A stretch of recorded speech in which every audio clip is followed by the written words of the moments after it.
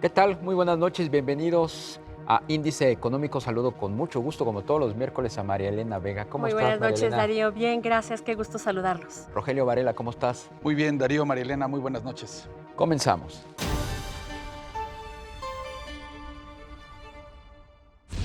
El Pleno de la Cámara de Diputados aprobó la miscelánea fiscal 2021 y la Comisión de Hacienda el proyecto de ley de ingresos para el mismo periodo. Se estima recaudación por 6.262.736 millones de pesos, o sea, 33.000 millones de pesos menos que lo propuesto por el Ejecutivo. En la Cámara Alta, los senadores de Morena aprueban en lo general con 65 votos contra 51 la extinción de 109 fideicomisos. Se espera que la discusión continúe en la Suprema Corte de Justicia de la Nación mediante una controversia constitucional. Analistas encuestados por Citibanamex mantienen su estimación de caída del PIB para 2020 entre 8 y 12%. De entre los 27 agentes financieros consultados, 7 consideran que el quebranto será de doble dígito, mientras que la Secretaría de Hacienda calcula una caída de 8%. ¿Cuáles son las expectativas del comercio exterior para México en la última parte del año y para 2021? Vea lo que le preparamos. Los retos del comercio exterior de México en los siguientes años son enormes. La Organización Mundial del Comercio pronostica una caída de los flujos comerciales internacionales para el 2020 entre el 13% y 33%. Este resultado no es solo por los efectos ocasionados por el COVID-19, sino por la competencia de otros países con México en el mercado global. La tarea no es la reactivación, sino la consolidación de la presencia comercial en los mercados actuales y la diversificación donde aún no se tienen los instrumentos para tal efecto. Para el 2019, el comercio exterior mexicano representó el 75% del Producto Interno Bruto, lo cual hace necesario redoblar las estrategias, así como la implementación de buscar nuevos mercados nicho y mercados con poder de compra. Un año definitivamente muy convulsionado en materia económica y comercio. Ya comenzó a reactivarse la economía, pero parece ser que el comercio todavía le cuesta. Para hablar de ello, nos da muchísimo gusto saludar esta noche al doctor Fernando de Mate, él es ex embajador de México ante la Organización Mundial de Comercio. Doctor, muy buenas noches, qué gusto saludarle. Buenas noches, encantado de estar con ustedes. Muchísimas gracias por la invitación. Oiga, si nos pudiese hacer un balance de cómo nos encontramos en México en materia de comercio. Bueno, estamos en una situación la más complicada que hemos estado en prácticamente un siglo desde la Gran Depresión, ¿no? Ha sido una caída tan importante en el Producto Interno Bruto que el comercio, pues evidentemente ha tenido un impacto grande tanto en su participación en el PIB como en el crecimiento del país. En realidad, el comercio cayó más que el PIB. Para dar una idea, en septiembre, el año que terminó en septiembre, el PIB ha caído en 7%. Ha sido una caída muy importante. El comercio, las exportaciones bajaron en un 17-18%, las importaciones en un 22%.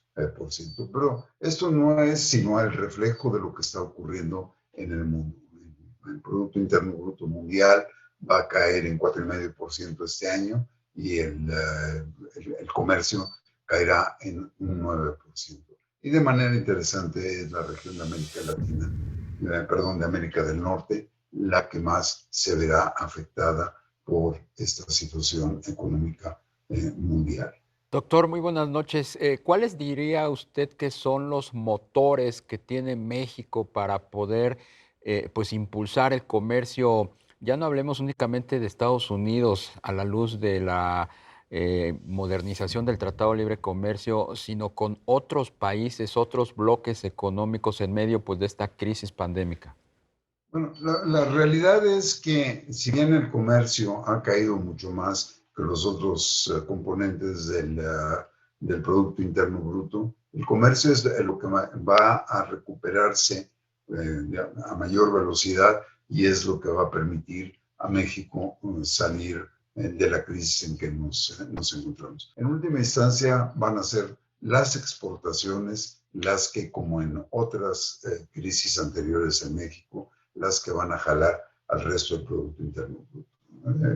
La situación que tiene la inversión en México es una situación de caída importante, muy importante. El consumo interno no se está recuperando, pero cuando las exportaciones consigan reactivarse, y lo están haciendo a una velocidad pues, muy rápida, ¿no? En mayo habían caído las exportaciones, habían caído en un 75%, lo cual ha sido una cifra inaudita. Conforme se ha ido arreglando un poco la situación, sobre todo con Norteamérica, hemos podido comenzar a crecer. Ahora, usted lo que me pregunta es, además de Norteamérica, ¿con quién podríamos empezar a hacer mayores exportaciones? Desde luego, un candidato importante es América Latina. Pero América Latina, México exporta cerca de la mitad de todo lo que exporta América Latina, cerca de la mitad de todo lo que importa Latinoamérica. Entonces, el mercado, en términos relativos, es un mercado reducido. Entonces, quedan otros dos mercados. Uno es Europa. Europa sigue siendo, la Unión Europea sigue siendo el principal actor comercial en el mundo, las mayores exportaciones, las mayores importaciones, y también Asia, donde, pues, como sabemos, el único país grande que va a crecer este año va a ser China. Lo va a hacer al 2%, pero va a crecer. Y sus exportaciones e importaciones están creciendo rápidamente. Entonces, buscar lograr una mayor integración directamente con Asia. Tenemos el CPTPP, el Acuerdo Integral y Progresista de la Cuenca del Pacífico. Tenemos el Tratado de Libre Comercio con la Unión Europea y tenemos, por supuesto, los diferentes tratados de libre comercio con América Latina. Ahora, por el otro lado, con América del Norte, la realidad es que sí tenemos un nuevo tratado comercial, pero esto no es más que la continuación de un tratado que ya teníamos. O sea, no da un impulso adicional a lo que ya teníamos. Pero sí es de suma importancia el tener, el lograr, el capturar cada vez un mayor mercado en los Estados Unidos. Estoy hablando no nada más de la participación. La participación, ya estamos muy cerca de tener la misma participación que China. Ya somos el principal, de lejos, el principal cliente de los Estados Unidos.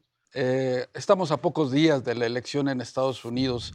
Ante un eventual triunfo de Joe Biden, ¿usted anticipa alguna modificación en la relación comercial que tenemos con Estados Unidos? Mire, yo lo que anticipo es que va a haber una mayor certeza, mayor certidumbre en cómo se van a llevar las cosas si es que Joe Biden es el triunfador. Con el señor Trump vamos a seguir con la incertidumbre. Estamos en la época de la incertidumbre en el mundo, ¿no? En general. Pero nosotros con el gobierno actual lo que hemos tenido es incertidumbre completa. Creemos que ya arreglamos las relaciones y de pronto viene otro tuit. Con el señor Biden lo que vamos a tener en particular, creo yo, es una mayor relación en temas multilaterales. El señor Biden va a apoyarse más en sus aliados comerciales, incluyendo sus aliados en América del Norte, para poder rehacer el sistema multilateral de comercio que ha sido seriamente afectado durante los últimos años. Doctor Fernando, ¿cuál sería la expectativa en materia de comercio? ¿Hay algunos sectores que podrían reactivarse, pues obviamente con mayor facilidad durante todo este cierre de año y en el 2021? Bueno,